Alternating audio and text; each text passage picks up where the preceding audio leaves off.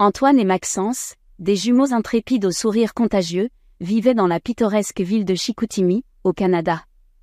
Cette charmante ville, nichée dans les bras de la nature, était leur terrain de jeu et leur source d'inspiration. Chaque maison colorée, chaque arbre majestueux et chaque ruisseau éveillait en eux un désir d'explorer et de découvrir. Un jour de printemps, alors que les jumeaux se promenaient dans la forêt, le son doux et mystérieux d'un hibou les attira.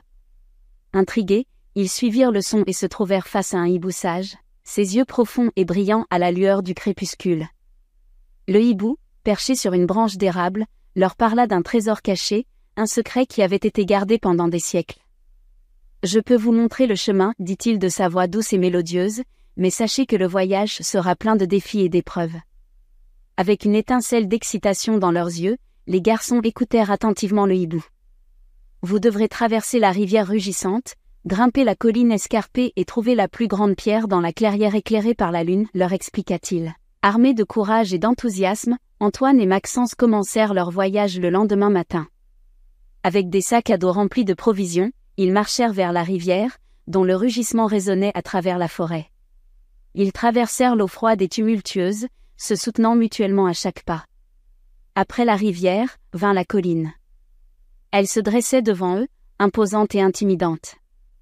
Mais avec détermination, ils commencèrent à grimper, leurs pieds trouvant prise sur les roches rugueuses et les racines entrelacées. L'ascension était épuisante, mais le sommet offrait une vue à couper le souffle sur la forêt. Au crépuscule, ils arrivèrent à la clairière. La lune, pleine et brillante, illuminait la clairière, faisant ressortir la plus grande pierre. Avec un mélange d'excitation et d'appréhension, ils approchèrent de la pierre et découvrirent un coffre en bois caché en dessous. À l'intérieur du coffre, ils trouvèrent des pièces en chocolat, des autocollants brillants et une petite figurine de dragon. Ce n'était pas le trésor qu'ils espéraient, mais ils étaient émerveillés par ces petits objets.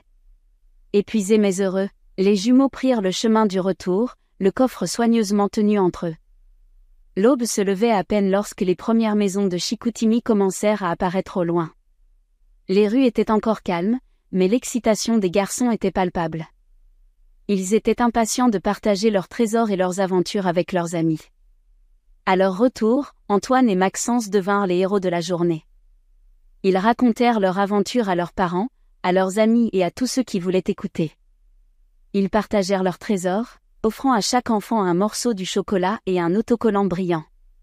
Les enfants de Chicoutimi se réjouissaient, leurs yeux brillants d'admiration et d'excitation. Les jours passèrent, puis les semaines, puis les mois, mais l'histoire de l'aventure des jumeaux ne fut jamais oubliée. Ils grandirent, mais leur amour pour l'aventure et la découverte ne fit que grandir avec eux. Ils continuèrent à explorer, à découvrir, et à chaque nouvelle aventure, ils se souvenaient du hibou et du trésor. Des années plus tard, Antoine et Maxence, désormais adultes, décidèrent de laisser un héritage pour les enfants de Chicoutimi. Ils dessinèrent une carte au trésor, enterrèrent un nouveau coffre, et laissèrent la carte là où ils avaient rencontré le hibou pour la première fois. Ils voulaient que d'autres enfants ressentent l'excitation de l'aventure, la joie de la découverte, et la magie de l'enfance. Et ainsi, l'histoire de l'aventure des jumeaux ne s'arrête jamais. Elle continue à travers les générations, à travers les enfants qui trouvent la carte, qui cherchent le trésor, et qui vivent leurs propres aventures. Parce que, comme le hibou l'avait dit, le véritable trésor n'est pas dans le coffre, mais dans l'aventure elle-même.